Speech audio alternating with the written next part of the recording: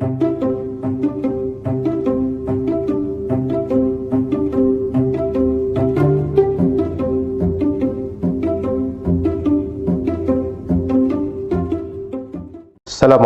warahmatullahi wabarakatuh. Bismillahirrahmanirrahim. Alhamdulillahirabbil alamin. Allahumma salli ala sayyidina Muhammadin.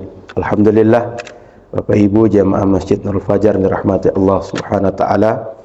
Kita bersyukur sampai saat ini kita masih dimudahkan Allah salat maghrib, kekajian dan melaksanakan berbagai ibadah yang insyaAllah akan manfaat untuk dunia dan akhirat kita.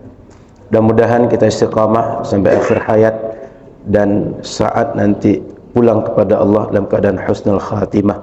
Amin ya rabbal alamin. Salawat dan salam pada Rasulullah sallallahu alaihi wasallam. Semoga kita semua di akhirat berkumpul dengan Nabi Muhammad sallallahu alaihi wasallam. Amin ya rabbal alamin. Malam ini kita lanjutkan kajian kita kitab Matan Al-Ghayah wa Taqrib. Sudah sampai pada pembahasan Kitabul Jihad, pembahasan tentang jihad di dalam Islam. Kita lihat hakam hukum menurut fikih Islami. Kitab jihad ini Bapak Ibu rahmati Allah, sebagian ulama memasukkannya ke dalam Kitabul Ibadah, masuk kategori ibadah. Sebagian tidak memasukkan dalam Kitabul Ibadah. Bagi kita tidak masalah masuk di bab manapun. Semoga kita bisa paham dan kita bisa menerapkan jihad ini sesuai tuntutan syariat.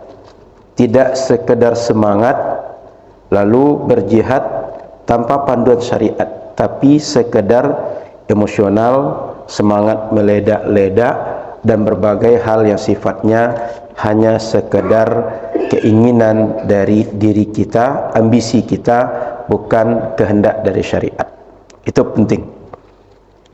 Jihad secara definisi adalah upaya optimal yang kita lakukan untuk mencapai maksud yang kita harapkan. Sehingga sering kita sebut anak-anak kita, ayo nak berjihad nak. Dia belajar. Berjihad apa? Sungguh-sungguh menuntut ilmu agar dia dapat ilmu yang dia sedang tuntut ilmu tersebut. Maka jihad itu mengerahkan optimal kemampuan yang kita punya untuk mendapatkan apa yang sedang kita tuju. Yang dekat derivasi kalimatnya dengan kata jihad, ijtihad. Ijtihad itu para ulama mengerahkan segala kemampuan, segala ilmu, segala potensi yang ada dalam dirinya untuk bisa menyimpulkan hukum syariat, bisa mengkaji suatu masalah, kemudian menghubungkannya dengan dalil dan bagaimana kesimpulan hukum dari kajian itu antara dalil dan realita yang sedang dikaji. Jadi jihad, ijtihad itu keduanya sama-sama kerja keras, upaya optimal untuk capai tujuan. Namun ketika kita bahas dalam kitab fikih, jihad itu lebih kepada makna berperang di jalan Allah untuk menjaga syariat. Maka kita perlu tahu bahwa dalam Islam jihad ini bukan hukum asal, tapi jihad ini adalah sebagai pertahanan bagi umat Islam. Di awal Nabi berdakwah, Nabi tidak disuruh memerangi orang kafir. Bahkan kalau kita tengok sejarah hidup Nabi, 13 tahun di Makkah itu Nabi dalam keadaan tertekan. Sehingga kalau ada orang mengatakan bahwa Islam disebarkan dengan perang, Islam agama haus darah, agama yang bengis, itu salah kaprah, tidak paham dengan sejarah Islam. 13 tahun Nabi di Makkah tertekan. Karena tertekan itu kemudian diizinkan untuk berhijrah.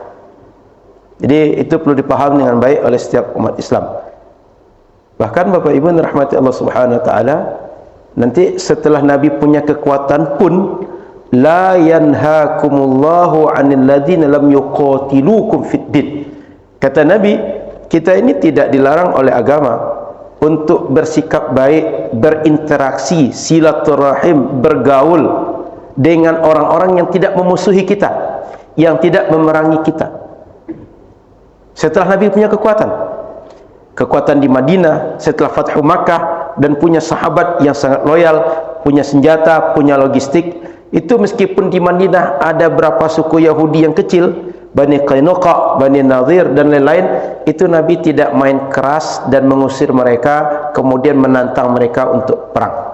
Tapi Nabi memberikan kesempatan hidup berdampingan dan membuat perjanjian dengan berbagai kelompok Yahudi yang ada di Madinah. Jadi saya ulang, jihad itu bukan perintah asal. Jihad itu adalah pertahanan bagi umat Islam. Sehingga dalam Al-Quran maksudnya udzina, bagi umat Islam diizinkan untuk berjihad. Setelah sebelumnya mereka tak berjihad, tak disuruh berjihad, tak diperintah oleh syariat untuk berjihad. Begitu tekanan banyak, nyawa ancamannya, dakwah ancamannya, baru diizinkan untuk kalian berjihad. Kapan Nabi berjihad? Pertama sekali perang Badar terjadinya di Madinah. Badar itu arah Madinah, bukan di kota Madinah, tapi dekat dengan Madinah. Maknanya di Makkah Nabi tidak pernah berjihad. Gitu Bapak Ibu. Jadi 13 tahun lebih kurang Nabi bertahan saja. Kemudian Bapak Ibu yang dirahmati Allah Subhanahu wa taala, kenapa dalam Islam diperbolehkan jihad? Jihad itu sebenarnya tujuan utamanya adalah membebaskan manusia menyembah manusia. Agar jangan sampai ada manusia dipaksa menyembah manusia. Agarnya sampai ada manusia dipaksa dia menundukkan dirinya, menghambakan dirinya kepada manusia. Seperti perilaku para raja dahulu. Orang diperbudak untuk maksud dia, untuk keinginan dia, untuk ambisi dia, untuk nafsu dia. Manusia jangan seperti itu. Semua manusia ini sawasiyah, sama semuanya. Kita di hadapan Allah, orang kuat, orang lemah, orang kaya, orang miskin, orang pintar, orang tidak pintar, sama di hadapan Allah.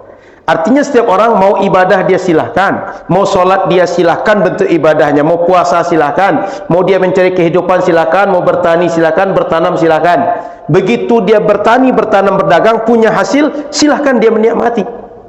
Tidak boleh ada orang lain tiba-tiba, sini untuk saya 10%, sini untuk saya 15%, sini untuk saya sekian persen. Tidak boleh orang tiba-tiba begitu. Kecuali tuntutan syariat. Ada namanya zakat. Nanti ada lagi bentuknya jizyah. Ada lagi bentuknya berbagai tuntutan-tuntutan syariat yang wajib dikenakan oleh syariat, bukan oleh orang kepada orang lain. Jadi syariat itu maunya begitu. Setiap orang ini sama. Tidak ada yang lebih dibanding yang lain. Tidak ada yang menguasai orang lain terhadap diri dan harta serta apa yang ada pada diri mereka. Itu tujuan jihad. Sehingga jihad itu tujuannya mulia, membebaskan manusia agar mereka tidak diperbudak oleh manusia, tapi mereka cukup hamba Allah saja. Disuruh taat, tunduk patuh hanya kepada Allah, tidak kepada selain Allah. Itu tujuan jihad itu. Makanya Nabi ketika jihad itu rata-rata saat akan jihad itu ajak dulu masuk Islam, dakwah dulu mereka. Dulu karena daerahnya jauh, dikirim surat oleh Nabi. Dikirim surat, sebagian mereka ada responnya positif, sebagian tidak. Yang responnya positif, Nabi tidak perangi. Tapi Nabi respon juga positif, kalau mereka butuh guru, kirim guru. Kalau mereka tak butuh kirim guru, Nabi tak kirim guru. Maka kadang-kadang sahabat Muaz, sahabat Ali, dan sahabat yang lain itu diutus ke negeri lain sebagai pengajar, sebagai qadi, sebagai guru Al-Quran, dan fungsi-fungsi bagaimana mengenalkan Islam untuk masyarakat hidup dengan syariat Islam. Jadi saya ulang Bapak Ibu, perintah jihad, pertahanan. Yang kedua, guna jihad, apa buahnya, apa manfaatnya, untuk apa tujuannya?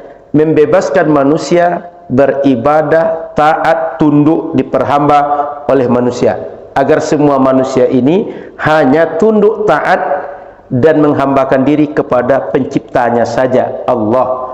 Karena pencipta yang berhak untuk memperhamba ciptaannya. Sementara sesama manusia mereka sama. Raja, sultan, siapa saja namanya, mereka ciptakan Allah. Kita yang di bawah mereka diciptakan Allah. Apa beda kita dengan mereka? Jika mereka bebas, kita juga bebas.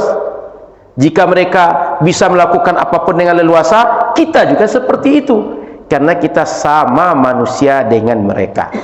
Itu kira-kira jihad itu. Kemudian Bapak Ibu yang dirahmati Allah Subhanahu wa taala, jihad ini diperkenankan oleh syariat berdasarkan dalil Al-Qur'an dan hadis Nabi sallallahu alaihi wasallam.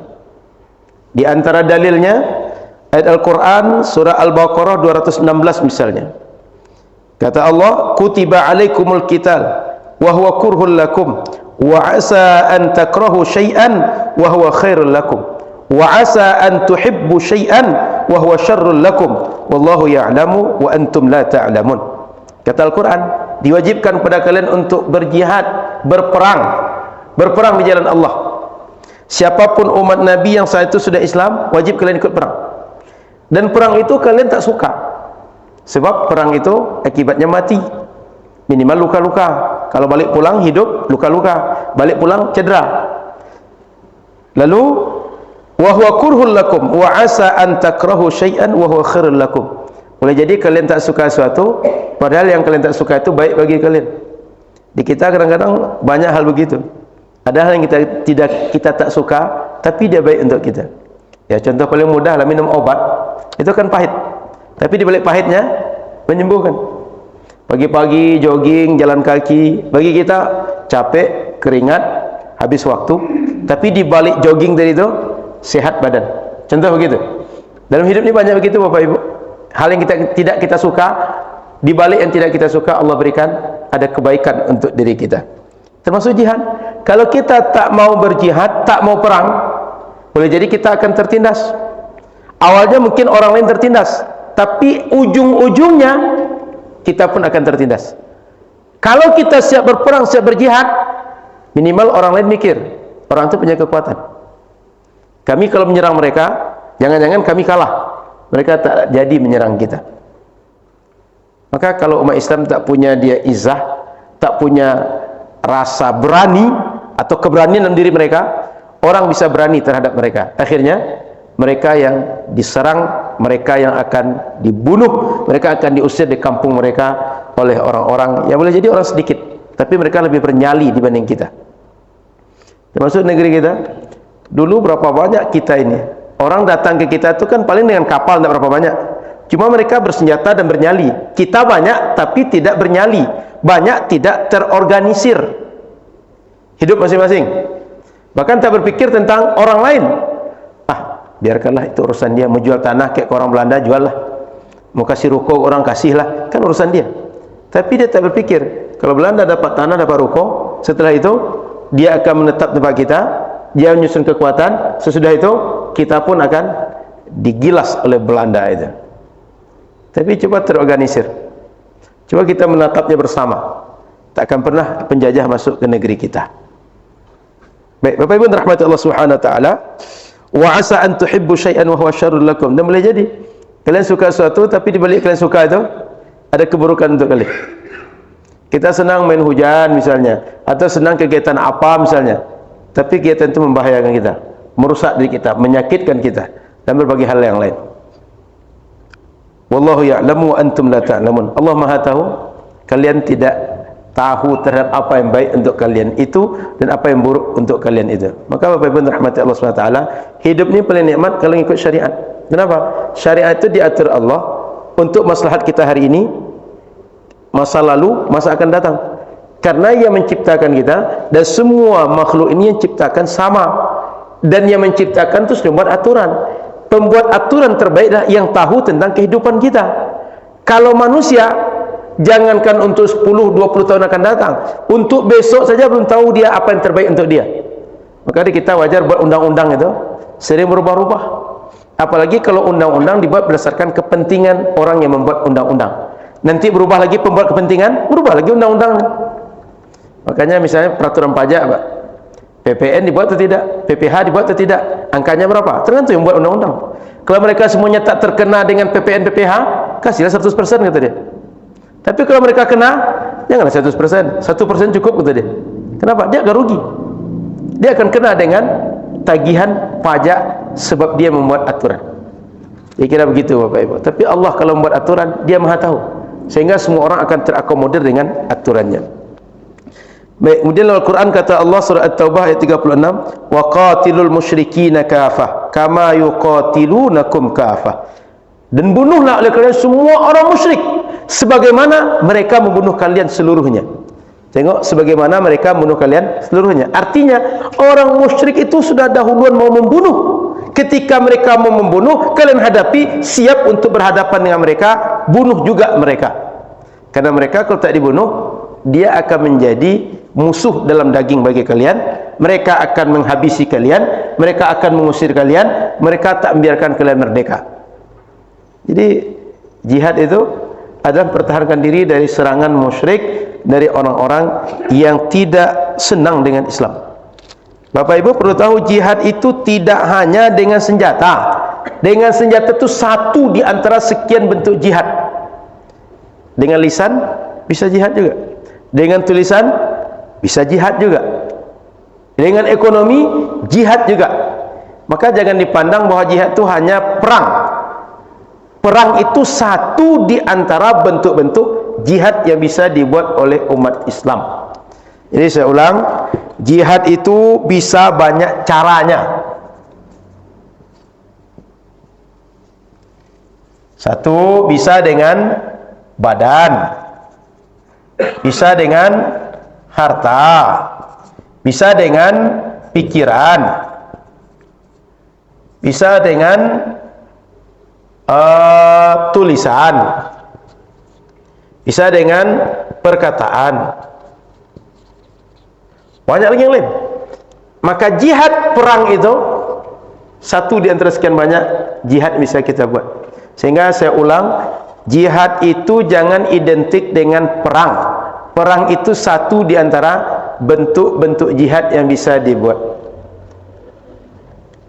Kemudian dalam hadis Nabi sallallahu alaihi wasallam, umirtu an uqatilan nas hatta yaqulu la ilaha illallah. Kata Nabi, aku disuruh untuk memerangi manusia sampai mereka mau bersaksi tiada Tuhan selain Allah. Tuhan mereka hanya Allah. Ini tengok ayat ni. Bahawa kata Nabi disuruh memerangi manusia sampai mereka mau mengucapkan, bersaksi, mengakui la ilaha illallah. Apa maknanya? Kalau orang tak mengakui Allah sebagai Tuhan, mereka akan menindas satu dengan yang lain. Mereka akan menganggap ada Tuhan selain Allah, lalu mereka akan menindas satu dengan yang lain. Tapi kalau mereka sudah bertuhankan Allah, mereka tak akan menindas siapapun. Mereka tidak akan memerangi siapapun, kecuali perang itu adalah tuntutan syariat nantinya. Makanya kata Nabi, sampai mereka mau bersaksi tidak Tuhan selain Allah. Maknanya tidak sembarang berjihad itu. Umirtu, kata Nabi, aku disuruh. Bukan aku pengen perang, kata Nabi. Aku disuruh Allah. Maknanya kalau syariat tidak menyuruh jihad, tak akan ada syariat jihad di kita. Nabi itu kalau tak disuruh berperang, tak akan berperang Nabi. Makanya aneh kalau ada orang mengatakan Islam disebarkan dengan perang, dengan pedang. Bahkan Nabi di awal untuk berdakwah Islam itu sembunyi-sembunyi, orang per orang, dan itu pun ancamannya sudah sampai kepada ancaman nyawa. Tidak, Nabi tidak menyebarkan Islam di awal-awal itu dengan terang-terangan, apalagi dengan pedang. Kalaulah dengan pedang, kita akan tahu sejarahnya, tapi tak ada sejarah itu. Nah, jadi Bapak Ibu jangan takut Islam dianggap disebarkan dengan perang. Dan itu dalam hadis Nabi sallallahu alaihi wasallam, hadis yang lain, jahidul musyrikin bi amwalikum wa anfusikum wa alsinatikum. Berjihadlah kalian memerangi orang musyrik dengan harta kalian, dengan jiwa kalian, dan dengan lisan kalian. Banyak lagi ayat-ayat yang seperti itu. Saya tambahkan sedikit, ini barangkali bisa nanti menjadi pelajaran bagi kita untuk amaliah yang lain. Man jahaza ghazian faqad ghaza, wa man khalafa ghazian fi ahlihi wa malihi faqad ghaza. Siapa saja orang dia mempersiapkan pasukan untuk perang, boleh jadi dia tak ikut perang karena dia sudah tua, karena dia sudah lumpuh, fisiknya tidak sempurna lagi, atau karena dia sedang sakit, tapi dia siapkan orang bekal perang, disediakan logistik untuk perang, dia dianggap sudah ikut berperang. Inilah salah satu kelebihan Islam, Bapak Ibu. Niat kita kadang-kadang bernilai sama dengan amal ya dari niat kita tadi. Maka Bapak Ibu muliakan Allah Subhanahu wa taala, jangan pelit untuk berniat baik. Meskipun niat baik kita tak terwujud, Allah berikan pahala sama dengan niat baik kita tadi kalau seandainya dia terwujud. Wa man khallafa ghaziyan fi ahli wa malihi faqad ghaza. Siapa saja orang yang menyediakan bekal untuk keluarga orang yang berperang, maka dia sama dengan orang yang sudah ikut perang. Ada orang perang, dia meninggalkan keluarga dan semua aset yang dia tinggalkan, sehingga dia ketika itu siapa saja orang yang berperang lalu meninggalkan keluarganya, lalu kita support keluarga orang yang berperang tadi, kita sudah dianggap ikut berperang juga. Apalagi berperangnya. Ini menunjukkan bahwa jihad itu dianjurkan oleh syariat, jihad itu digalakkan oleh syariat, jihad itu disuruh umat yang bisa untuk mau melakukan jihad. Kemudian Bapak Ibu rahmati Allah Subhanahu wa taala, selain ayat Al-Quran dan hadis Nabi yang saya bacakan tadi, hanya beberapa ayat dan hadis, ulama ijma' syariat jihad dalam Islam. Maknanya sepakat ulama berdasarkan dari Al-Quran dan hadis, dalam Islam ada syariat bernama jihad. Kemudian kita masuk lagi pembahasan wa syaraitu wujubil jihadi sab'u khisalin. Syarat-syarat orang diwajibkan ikut berjihad ada 7. Artinya siapa orang yang disuruh ikut jihad oleh syariat, ada 7 kategori. 1, al-Islam. Siapa orang yang diwajibkan jihad? 1, Islam. Maknanya orang yang wajib berjihad adalah orang Islam. 1, syarat wajib berjihad. 1, Islam. Sebelum saya lanjutkan syarat yang 7 tadi, kita tengok dulu ini ada hukum wajib. Maka jihad ini hukumnya ada 2. Ada wajibnya fardu kifayah, ada fardu ain. Apa maknanya? Secara hukum asal, jihad ini fardu kifayah hukumnya. Hanya sebagian orang melaksanakan jihad, sudah terwakili keseluruhan orang. Tapi ada kondisi jihad ini fardu ain. Kapan fardu ain? Jika orang kafir, jika musuh sudah masuk kampung kita, mau tak mau, orang tua, anak muda, bahkan perempuan, itu wajib ikut berjihad. Kalau tak ikut, jangan-jangan kita semua akan dihinakan oleh orang yang masuk, yang menduduki negeri kita. Tapi selama itu belum terjadi, maka dia fardu kifayah. Atau terjadi jihad ini, orang masuk ke daerah yang ada di sekitar kita, yang jaraknya itu masih radius, kita belum boleh sholat qasar, yaitu jarak 90 kilo. Contoh, orang yang diperangi itu Bangkinang. Kira-kira dari sini sekitar 90 kilo, arah Bangkinang kemana Pak? Daerah mana? 50 kota? 50 kilo. Tidak, maksudnya yang sampai ke sana 90 kilo. Batas provinsi. Batas provinsi 90 kilo. Anggap sampai batas provinsi itu, diperangi masyarakat di situ. Itu kita bisa wajib fardu ain ikut berperang, mempertahankan orang di situ. Jadi Bapak Ibu rahmati Allah Subhanahu wa taala, kalau jaraknya di kita atau dekat dengan kita, sudah dalam radius kita belum boleh untuk qasar salat, itu bisa sampai fardu ain untuk kita ikut berjihad. Jika di luar radius tadi, itu fardu kifayah untuk berjihad. Artinya kalau negara punya pasukan, pasukan itu khusus untuk jihad, cukup mereka saja berperang. Kita umat nggak perlu ikut berperang. Tapi 2 kondisi tadi, masuk kampung kita atau wilayah sekitar kita, dan wilayah itu dekat dengan kita, belum sampai radius kita boleh qasar salat, itu bisa sampai fardu ain kepada kita ikut berjihad. Itu sebabnya dahulu ketika negara kita masuk penjajah, apakah Portugis, masuk Belanda, masuk Spanyol, masuk Inggris, masuk Jepang, ada lagi negara lain? Cuma itu kan yang masuk negara kita. Negara kita waktu itu belum ada Indonesia, tapi setiap negeri hanya para ulama yang menjadi pemimpin dan pemimpin-pemimpin kampung. Katakan dulu ada semacam datuk, ada semacam wali nagari, hanya seperti itu dulu. Di masa itu para ulama diikuti. Begitu ulama melihat para penjajah ini dia menghinakan kita, menjarah semua aset kita, membuat kita tidak merdeka, disitulah umat diajak untuk berjihad. Ketika diajak berjihad, disitulah face to face berperang di jalan Allah dengan para penjajah yang menyerang negeri kita. Maka Bapak Ibu, kita tak bisa menafikan negeri ini dulu merdeka karena diajak oleh para ulama mempertahankannya.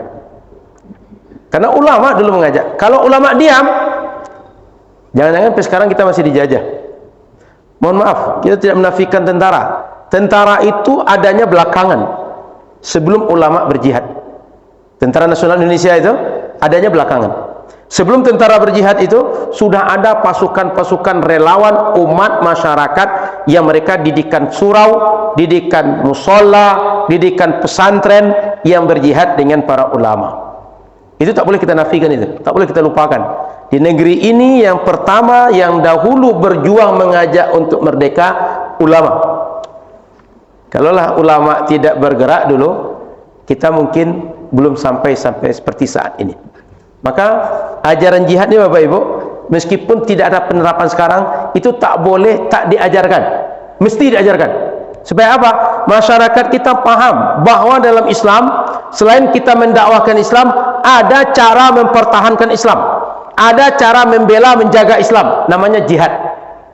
Soal diterapkan atau tidak urusan lain, tapi tahu, dikaji, dipelajari harus, supaya umat Islam tahu dia negeri ini atau agama ini sudah menyiapkan cara menjaga agama untuk kita. Nabi dan sahabat dulu kalau tak berjihad, boleh jadi mereka akan dihinakan, mereka akan diremehkan, mereka akan dianggap lalu oleh setiap musuh. Tapi kemudian Allah mengangkat izzah mereka dengan berjihad. Dalam perjalanan jihad, Nabi dan sahabat umumnya diberikan kemenangan oleh Allah, sehingga gentar juga orang-orang non-muslim berhadapan dengan Nabi dan sahabat. Begitu Bapak Ibu rahmati Allah. Jadi syarat pertama tadi, wajib jihad itu ada fardu kifayah, ada fardu ain.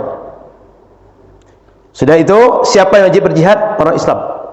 Kenapa orang Islam? Karena orang Islam yang dia mengerti kepada siapa kita beribadah, orang Islam yang mengerti bahwa kita tak boleh beribadah kecuali kepada Allah. Sehingga mereka ketika berjihad tujuannya bukan untuk membunuh orang. Tujuannya bagaimana? Orang yang tadinya menyeleweng, yang menyimpang, kembali kepada kebenaran. Itu tujuannya. Sehingga orang Islam kalau berperang itu, dia bukan untuk melampiaskan kemarahan, bukan agar pisaunya berdarah, tapi bagaimana orang kembali kepada syariat. Itu tujuannya. Sudah itu, kenapa orang Islam? Orang Islam yang sah ibadahnya. Jihad ini bagian daripada ibadah. Kalau orang non-Islam, dia tak dapat ibadah, dia sekedar ikut perang saja, ikut menjadi orang yang berjasa saja. Dan yang kedua, al-buluh, orang yang balik. Kenapa orang yang balik? Orang balik ini yang dia mampu berfikir dengan matang, sehingga dia tahu yang baik dan tidak, yang patut dan tidak. Apalagi ini kegiatannya mengorbankan nyawa, mengorbankan harta, berbagai hal pada diri kita dikorbankan. Kalau bukan orang yang matang, dia boleh jadi tidak akan bisa memikirkan itu dengan berpikir yang siap untuk menghadapi berbagai kondisi dan resiko di hadapannya. Maka perlu orang yang balik. Kemudian Bapak Ibu rahmati Allah Subhanahu wa taala, dalam Islam kata Al-Qur'an, laisa 'alal du'afa'i wala 'alal marda wala 'alal ladzina la yajiduna ma yunfiquna haraj. Orang-orang yang lemah, orang-orang yang sakit, orang-orang yang tak punya logistik, mereka tak diwajibkan untuk berperang. Boleh mereka tak ikut perang. Lemah ini ada dua kemungkinan: lemah fisik, anak-anak, orang belum balik; lemah akal, orang gila. Maka orang gila tak wajib jihad. Sehingga nanti kalau sempat ada kewajiban jihad Bapak Ibu, takut berperang, jadi orang gila aja lah. Jadi orang gila sebentar. Kalau jadi anak-anak tak mungkin, badan dah besar. Orang tahu kita kelahiran tahun 70, orang tahu kita kelahiran tahun 80, oh badan dah siap untuk perang. Jadi yang boleh tak ikut perang itu orang lemah. Siapa orang lemah itu? Lemah akal, lemah fisik. Sudah itu lemah harta, tak punya logistik untuk perang.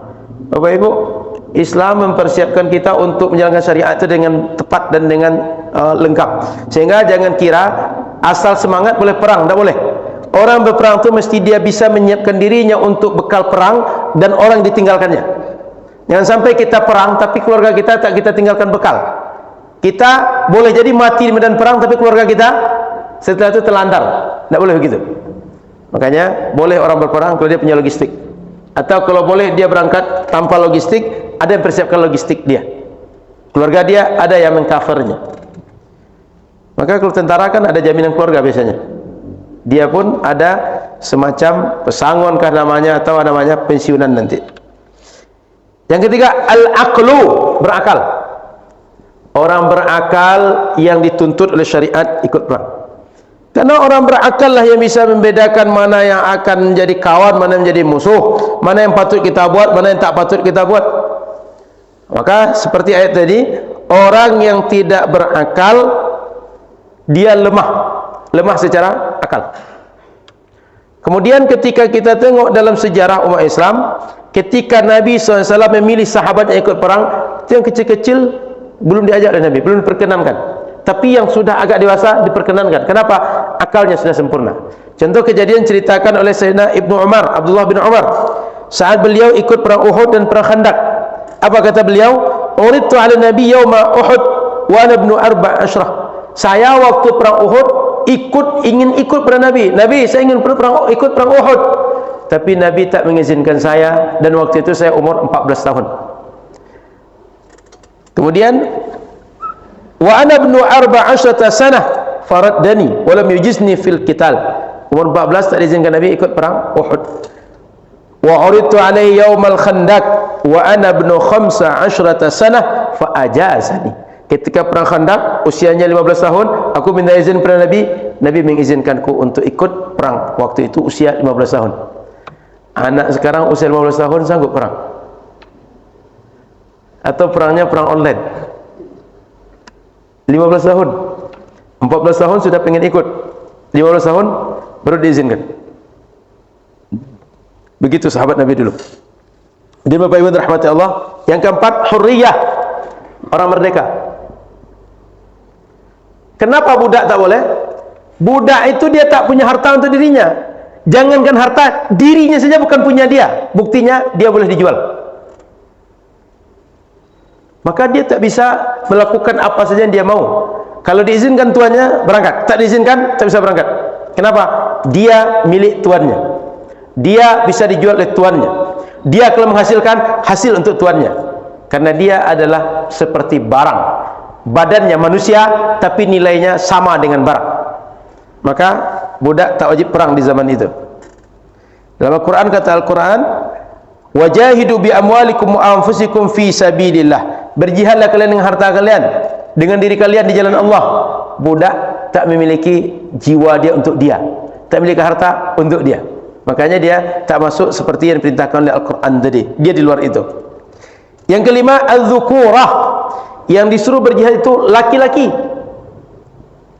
Kenapa laki-laki? Karena ini butuh fisik. Perang itu bukan sekedar kita ketemu di lapangan lalu berhadapan musuh, tak begitu. Perang itu kadang-kadang berbulan-bulan. Kadang-kadang 4 bulan, 6 bulan tak selesai perang itu. Bertahun-tahun perang itu. Dan pasukan itu boleh jadi dia bergantian, boleh jadi dia tak pulang-pulang. 4 bulan tak pulang-pulang, 3 bulan tak pulang-pulang. Maka pernah di masa Sayyidina Umar bin Khattab, dia waktu keliling di masyarakat, dia dengar sebuah rumah seorang perempuan bernasyid, kalaulah tidak takut kepada Allah pasti bergoyang ranjang ini, kata dia. Maksudnya dia sudah lama ditinggalkan suami dia berperang jihad. Setelah itu Umar pulang, sampai di rumah dia kumpulkan anak perempuan dia tanya, kalian anak perempuan, berapa bulan kalian sabar ditinggal oleh suami kalian? Mohon maaf, tidak disentuh oleh suami kalian. Kata anak perempuannya, maksimal 4 bulan. Sejak saat itu Umar bin Khattab buat keputusan, pasukan perang maksimal hanya boleh pergi 4 bulan. Kalau sudah 4 bulan mesti tukar shift, tukar rombongan yang berangkat. Yang 4 bulan balik, datang rombongan yang baru. Begitu para ulama kita, termasuk khalifah dahulu ketika menjadi khalifah, dia membaca realita masyarakat lalu berijtihad berdasarkan realita yang terjadi di masyarakat. Karena perang ini adalah laki-laki yang bisa untuk melakukannya, yang kuat fisik, yang kuat nalarnya, yang kuat perasaannya laki-laki. Perempuan nggak kuat untuk itu. Maka yang wajib perang laki-laki. Yang kelima, sehat. Perang ini kita butuh pengorbanan. Kalau sakit, jangankan berperang, kita saja boleh jadi diurus orang. Maka yang disuruh berperang itu orang yang muslim, berakal, baligh, kemudian dia merdeka, dia laki-laki, sehat. Orang sakit, meskipun orang sakit bisa berperang, mungkin berperang, tapi orang sakit dia lebih perlu diurus dibanding mengurus orang. Maka sakit ini bisa menambah beban orang kalau kita tetap ikut dalam keadaan sakit. Yang ketujuh, at-taqah 'alal qital. 7, mampu secara fisik untuk berperang. Mampu berperang. Sehingga orang-orang yang tak mampu berperang, mohon maaf Bapak Ibu, dia sehat, dia laki-laki tapi kurus. Jangankan ngangkat senjata, ngangkat tuh pakai baju aja badan dia tak kuat. Jadi yang disuruh perang tuh orang yang mampu perang. Jangan sampai orang tak mampu perang disuruh berangkat. Apalagi kalau seperti yang kita jumpa lah Jalan Siak 2 itu misalnya, atau Jalan SM Amin, dia laki-laki, tapi dia mencari laki-laki pula. Terbayang Bapak Ibu ya, bencong-bencong itu. Maka yang disuruh itu para laki-laki sehat, mampu untuk perang. Bukan sekadar laki-laki, tapi laki-laki sehat, mampu untuk perang. Mampu untuk perang ini perlu, karena kita akan berhadapan dengan musuh. Dan jangan-jangan gara-gara kebodohan kita bisa membuat lemah pasukan kita. Makanya pasukan perang itu pasukan terlatih, pasukan dipersiapkan. Kalau tidak dipersiapkan, jangan-jangan kita punya strategi kita justru lemah gara-gara orang dalam, gara-gara pasukan kita tak tertib, pasukan tidak disiplin, sehingga kelemahan kita datang dari dalam kita. Bapak Ibu rahmati Allah SWT, dulu Nabi dengan sahabat ketika beliau akan perang itu, pertama beliau persiapkan pasukan. Setelah itu Nabi dengan sahabat musyawarah. Dan ketika musyawarah itu Nabi menerima pandangan sahabat. Contoh, ketika perang Badar, Nabi memutuskan suatu tempat di sini posko kita. Lalu kata sahabat, Nabi, ini apakah wahyu yang merintahkan atau sekedar siasat? Kata Nabi, ini sekedar siasat saja. Apa kata sahabat yang kenal tempat? Nabi, kalau kita berperang, jika di sini lokasi kita pilih, ini kemungkinan kita lemah. Kenapa? Kalau kita perang, kita ini mungkin akan lama. Kita butuh logistik. Logistik yang paling dasar itu air. Air yang paling dekat di situ. Kalau bisa kita berada dekat dengan air. Kalau kita dekat dengan air, musuh jauh dari air, kita secara logistik sudah menang. Maka begitu sahabat mengusulkan, Nabi terima. Pindahlah Nabi kepada sahabat di mana tempat kita akan jadi posko. Karena dekat air itu lebih membuat kita kuat, sumber air ada. Lalu Nabi ketika perang itu, Nabi membaca pasukan musuh yang akan berhadapan dengan kita berapa banyaknya, sehingga dikirim mata-mata oleh Nabi. Ketika dikirim mata-mata itu, sahabat Nabi itu cerdas. Siapa kata Nabi? Saya itu siapa? Minal ma', berasal dari air. Waktu itu bagi orang disebutkan berasal dari ma' itu daerah tertentu. Artinya bukan sahabat Nabi yang menjadi musuh mereka. Cuma orang yang bicara ini cerdas. Kalau saya bilang saya adalah pasukan Nabi, saya dari Madinah yang akan berperang dengan kalian, otomatis saya akan ditangkap, saya akan diinterogasi, saya akan ditanya, saya akan diungkap berapa pasukan kita semua, sehingga terbacalah kekuatan kita dan mereka akan menyerang kita dan bisa mengalahkan kita dengan mudah. Maka dia maksudkan ketika katakan, dari kamu siapa? Dari mana? Minal ma'. Minal ma' itu siapa? Saya berasal dari, mohon maaf, berasal dari mani. Saya adalah orang yang dulu asalnya nutfah, setelah nutfah jadi mudghah, lalu menjadi seorang janin, kemudian lahir macam inilah saya. Begitu bahasa yang digunakan sahabat untuk tetap benar, tetapi menggunakan bahasa tauriyah namanya.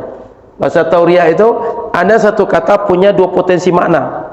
Orang kalau tak jeli menganggap makna yang dekat dengan dia, bahwa oh orang ini berasal dari daerah katakan air hijau, saya kan, oh dari air hijau rupanya. Sebenarnya kan itu, orang ini saya adalah orang berasal dari air mani hasil orang tua saya.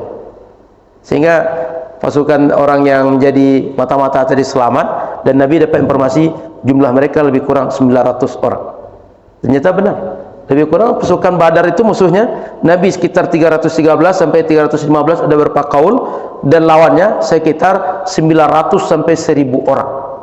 Nabi bisa membaca itu, sehingga Nabi bisa mengukur, oh kekuatan lawan sekian, kita sekian, bagaimana cara kita berperang. Dan Nabi menerima pendapat para sahabat. Sehingga Bapak Ibu, perang itu bukan konyol, tapi persiapan, strategi, siasat, dan logistik yang kuat untuk menghadapi perang. Begitu Nabi Sallallahu Alaihi Wasallam.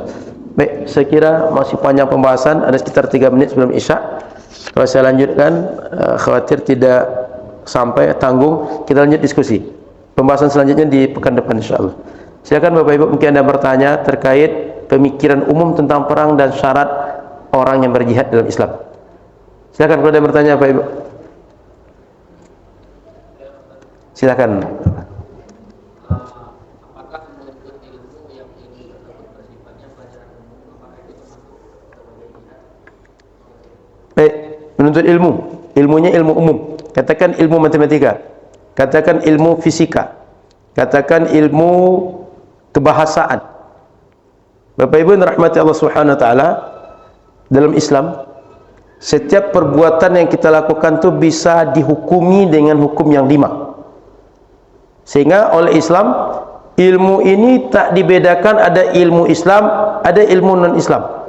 Tapi semuanya bisa ilmu yang diperkenankan oleh Islam. Yang satu boleh jadi dia langsung fokus untuk bagaimana membuat kita bisa beribadah, yang satu untuk menjadi sarana atau pelengkap kita bisa ibadah. Contoh, buat bangunan ini ilmu arsitektur. Umat Islam kalau tak belajar ilmu arsitektur, gimana mereka bangun masjid? Gimana mereka bangun pesantren? Bagaimana mereka bangun berbagai tempat yang dibutuhkan maslahat umum umat, termasuk buat mimbar ni. Kalau tak ada orang pelajari ilmu seperti ini, bagaimana kita buat mimbar, buat meja belajar, buat kursi, buat papan tulis, media belajar, dan berbagai media yang kita butuhkan untuk ibadah kita. Jadi Islam tak membedakan ini Islam non-Islam, tapi ada ilmu yang dia bisa bekal ibadah langsung, ada sebagai bekal penyempurna, artinya sebagai wasilah dia. Contoh ilmu arsitektur tadi. Contoh yang lain, kita mau ibadah mesti menutup aurat. Mau tidak mau mesti ada orang yang pandai menjahit.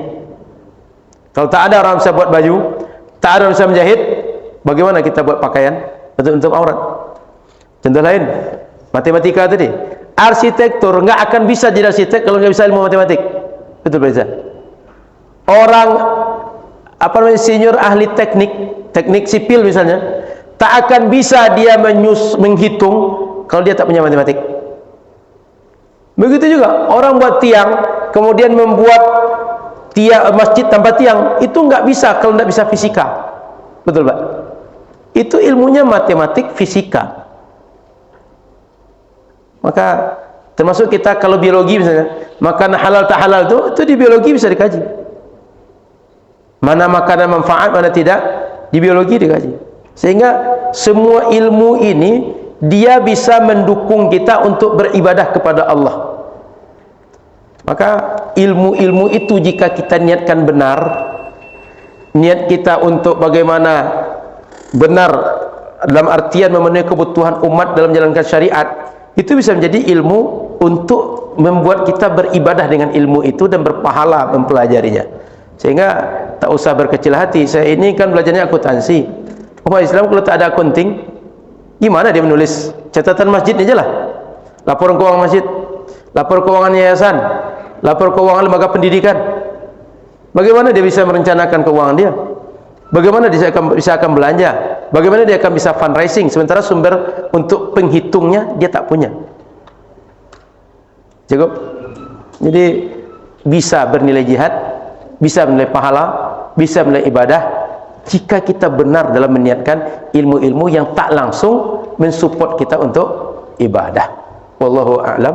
Setelah Isya kita lanjutkan. Mungkin ada tanya jawab atau nanti saya beri pembahasan.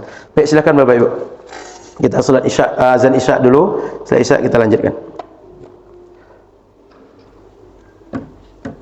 Bapak Ibu yang dirahmati Allah Subhanahu wa taala, ada sebuah meme atau sebuah sebaran yang disebarkan di internet yang Bapak Ibu perlu paham dengan baik. Ada orang-orang yang belum matang mengkaji syariat sehingga membuat ada istilah masjid sunnah. Kemudian ada masjid yang tidak sunnah. Ini Bapak Ibu perlu tahu, satu, tidak ada masjid yang sunnah dan masjid tidak sunnah dalam Islam. Masjid sunnah dan tidak sunnah enggak dalam Islam. Yang sunnah itu adalah hukum pekerjaan kita. Masjid ini benda, maka benda tidak terkait dengan hukum. Yang dihukum itu apa? Pekerjaan kita. Ketika orang sebut hukum musik, bukan musiknya yang dihukum, tapi mendengarkan musik, bermain alat musik, bukan musiknya. Alat enggak dihukumi, tapi pekerjaan orang memainkan alat musik itu boleh atau tidak, haram atau tidak. Mendengarkan musik boleh atau tidak, itu yang dihukumi, bukan musiknya. Satu. Jadi masjid tidak ada masjid sunnah, masjid haram, masjid wajib, tidak ada dari segi hukum Islam. Yang kedua, Nabi tidak pernah membuat kategori ini. Tidak pernah Nabi buat kategori masjid sunnah atau tidak sunnah. Sahabat, ulama salaf tidak pernah buat kategori masjid sunnah atau tidak sunnah. Boleh dicek. Silakan lihat buku sejarah apa saja, tidak akan pernah kita jumpakan ada masjid sunnah, masjid tidak sunnah. Maka kalau ada orang buat istilah ini, mereka telah membuat bid'ah di dalam Islam berdasarkan kaidah orang itu. Jadi membuat-buat yang baru. Poin ketiga, kalau kita tengok di antara masjid bukan masjid sunnah itu, di sana ada tasbih, setelah sholat bersalaman, sebelum azan di setel mengaji atau murattal atau sholawat atau yang lain. Sudah itu kalau ada munasabah Maulid Nabi, Isra Mi'raj dibuat Maulid Nabi, itu bukan masjid sunnah seperti itu. Kemudian di dalam masjid tersebut ada tasbih dan berbagai contoh. Saya lihat beberapa kasus agar Bapak Ibu paham secara syariat. Satu contoh masjid yang bid'ah itu ada kunut katanya. Kunut subuh ini Bapak Ibu perlu tahu, ini mazhab Imam Malik, mazhab Imam Syafi'i. Bukan mazhab Syafi'i saja. Saya ulang, mazhab Imam Malik, mazhab Imam Syafi'i. Dua mazhab. Dari 4 mazhab, 2 mazhab ini adalah Imam Malik berkembangnya di Madinah.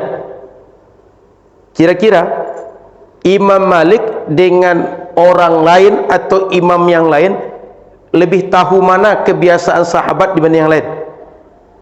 Imam Malik di Madinah, sahabat hidup di Madinah. Sahabat kemudian meninggalkan tabi'in, tabi'in hidup di Madinah kebanyakan. Dari mereka ilmu diserap oleh Imam Malik. Sehingga kalau kita buat perbandingan, Imam Malik ini secara nalar lebih tahu ibadah Rasul dan sahabat dibanding yang lain. Kalau kita ingin mengadu, tapi kan tidak patut imam itu diadu seperti itu. Imam Syafi'i murid langsung Imam Malik. Yang kedua-duanya Imam Malik ini Imam Darul Hijrah, terkenal dengan ulama hadis yang didatangi oleh ulama berbagai daerah, termasuk Imam Syafi'i.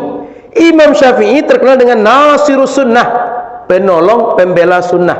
Kok bisa dua imam ini mengatakan bahwa kunut itu sunnah, dituduh masjid yang ada kunutnya masjid bid'ah, bukan masjid sunnah? Paham nalarnya? Kalau kita tengok pada dalil, saya sudah membahas di sini. Di antara dalilnya dari sahabat Anas bin Malik, karena Nabi sallallahu alaihi wasallam yakunutu fi subhi hatta faraqat dunya. Nabi itu kunut sampai beliau meninggal dunia. Sehingga sahabat-sahabat Nabi juga berkunut sepeninggal Nabi sallallahu alaihi wasallam. Sehingga tuduhan kunut di masjid yang tidak sunnah tadi adalah sebagai bukti bid'ah, ini adalah tuduhan tanpa ilmu. Contoh yang lain, tasbih. Bapak Ibu berzikir dengan jari saja. Kalau misalnya berzikir 1000 kali dengan jari ini, kuat jari ini untuk membuat kita valid bahwa bilang kita ada 1000? Kira-kira lah Pak. Ini kita tak usah secara praktek, kira-kira saja. Jari ini ngitung 1000, ngitung 2000. Berat. Orang bisa dengan jari kalau zikirnya 99 cuma. 33 subhanallah, 33 alhamdulillah, 33 Allahu akbar. Sahabat Nabi, para ulama setelah mereka, zikir itu tak sekedar 99, tapi mereka ribuan. Sahabat Abu Hurairah ceritakan bahwa dia alfa uqdah, punya 2000 pintalan. Lalu 2000 tadi, la yanamu hatta yusabbihu bih, dia tidak tidur kecuali sudah berzikir dengan 2000 tadi. Anggap ini satu pintalan misalnya, atau satu biji, ini dipindahkan tempat lain, kemudian yang satu lagi pindah tempat lain, sampai 2000 selesai, baru dia tidur. Kalau pintalan itu kan benang kan, kalau kita hitung pintalan 1, 2, 3, 4, sudah 2000, baru dia tidur. Sahabat Abu Hurairah, sahabat Nabi mengamalkan. Mungkinkah sahabat Nabi mengamalkan sifatnya bid'ah? Tidak. Cuma bentuknya saat itu tidak bola-bola atau biji tasbih seperti kita hari ini. Hari ini cuma berkembang saja dari pola yang dibuat oleh sahabat Abu Hurairah. Poinnya, dia tak lagi pakai jari menghitung hitungan zikir. Dan ini sebenarnya dalam Al-Quran, kalau kita tengok suruhan Quran itu, ya ayyuhalladzina amanu dzkurullaha dzikran katsira. Orang-orang beriman, berzikirlah kalian pada Allah dengan zikir sebanyak-banyak zikir. Dan Al-Quran memuji orang yang banyak zikirnya. Maka hati-hati. Orang yang sedikit zikir dalam Al-Quran, al-munafiqun, orang munafik, la yadhkurunallaha illa qalila. Orang munafik itu zikirnya sangat sedikit pada Allah. Sehingga orang kalau batas dengan jari, jangan-jangan orang yang biasa sedikit berzikir. Justru orang munafik yang seperti itu. 3, bersalaman setelah salat. Berjabat tanganlah bahasanya. Kita umat Islam berjumpa, boleh nggak jabat tangan? Setiap kali jumpa boleh nggak jabat tangan? Kata Nabi, ma min muslimani, tidaklah dua orang muslim, ma min muslimaini, dua orang muslim, mereka berjumpa lalu mereka berjabat tangan, kecuali Allah gugurkan dosa-dosa mereka saat mereka mau bersalaman saat berjumpa tadi itu. Jika bersalaman boleh, berarti kapan saja salaman itu boleh dibuat kan? Mau buat sebelum sholat, setelah sholat, dalam masjid, luar masjid. Maka orang kalau habis sholat bersalaman, dia sedang melakukan perbuatan yang dibolehkan syariat di satu waktu di antara waktu-waktu yang dibolehkan. Maknanya semua waktu boleh, dia pilih setelah sholat, berarti dia melakukan yang boleh di antara waktu-waktu yang dibolehkan oleh syariat. Masa bersalaman haram? Masa bersalaman bid'ah? Contoh yang lain, kunut, tasbih, jabat tangan. Sudah itu tidak ada kaligrafi, tidak ada hiasan Quran. Masjid Nabawi itu Pak, kalau kita tengok bagian raudhah paling atas, itu jangankan tulisan Quran, bunga gambarnya. Betul Pak Iza? Iya Pak Mul? Pak Imam, betul? Bunga gambarnya kan? Kalau orang menyebut masjid yang ada kaligrafi, tulisan Quran, hiasan, itu masjid bid'ah, Masjid Nabawi itu isinya. Kaligrafi itu sangat banyak di depan itu. Boleh cek. Bisa dikatakan tak ada bagian dinding, tak ada kaligrafi bagian depan itu, arah ke imam. Boleh dilihat. Nanti kalau Pak Ibu ragu, tengok video atau tengok foto. Banyak kaligrafinya. Masjid Nabawi, masjid bid'ah.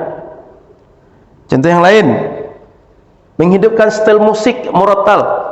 Apa tujuan kita menyetel musik murattal itu?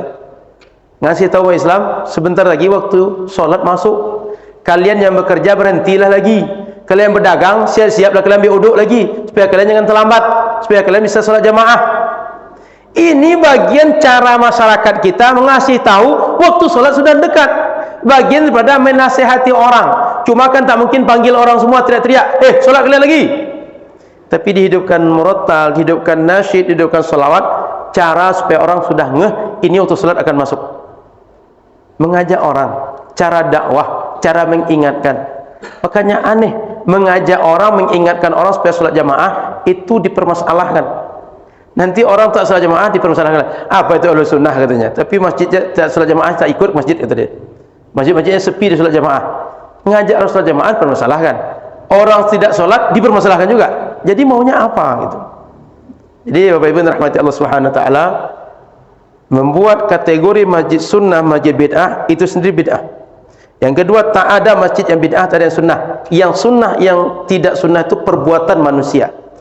Perbuatan manusia yang dihukumi oleh syariat, dia sunnah atau tidak sunnah. Kemudian berbagai klaim ini hanya klaim tak suka saja dengan amaliyah dibuat oleh orang berbeda oleh ahlu sunnah. Orang ahlu sunnah berbuat, kita tak suka dengan dia, lalu kita klaim perbuatan ahlu sunnah itu sebagai perbuatan bid'ah. Maka hati-hati dengan dengan sebaran seperti itu. Jangan sampai kita termakan oleh pemikiran yang dangkal oleh orang yang tak paham dengan Islam. Mudah-mudahan manfaat. InsyaAllah Rabu depan kita kaji tentang bab jihad sampai bab tentang bagaimana perlakuan terhadap orang yang tertawan dalam perang. Banyak maaf, terima kasih. Semoga manfaat. Subhanakallah wa bihamdika, asyhadu an la ilaha illa anta, astaghfiruka wa atubu ilaika. Assalamualaikum warahmatullahi wabarakatuh.